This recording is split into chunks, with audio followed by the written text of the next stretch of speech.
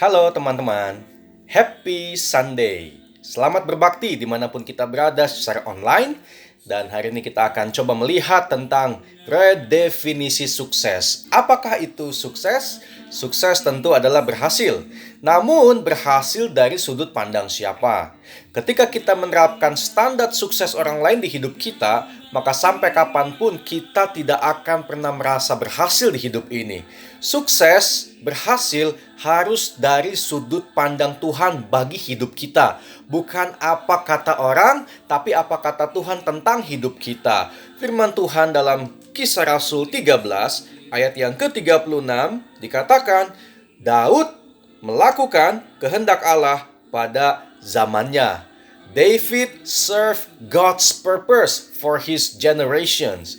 Ini yang disebut dengan sukses sebetulnya. Karena the purpose of God, tujuan Tuhan tentang hidup itu berbeda-beda bagi saya, bagi Anda, bagi orang lain, bagi kita semua lain-lain. Dan ketika kita mencapai target pemenuhan tentang tujuan Tuhan buat hidup kita, itu yang disebut dengan sukses. Maka kita harus melihat apa tujuan Tuhan bagi hidup kita. Dan ketika kita mulai melakukan dan menggenapinya, kita sedang berada dalam jalur kesuksesan di mata Tuhan. Apapun kata orang, bukan itu tujuan sukses kita.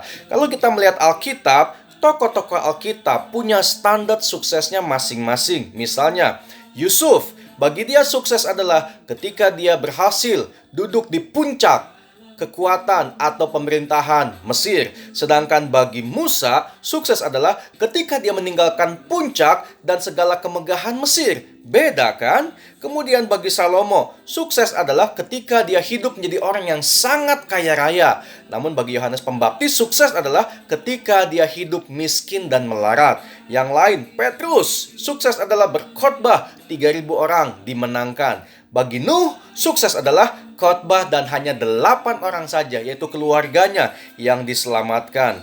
Yohanes, Rasul Yohanes, sukses bagi dia adalah melayani Tuhan sampai usia tua. Bagi Stefanus, sukses adalah mati bagi Tuhan ketika dia muda.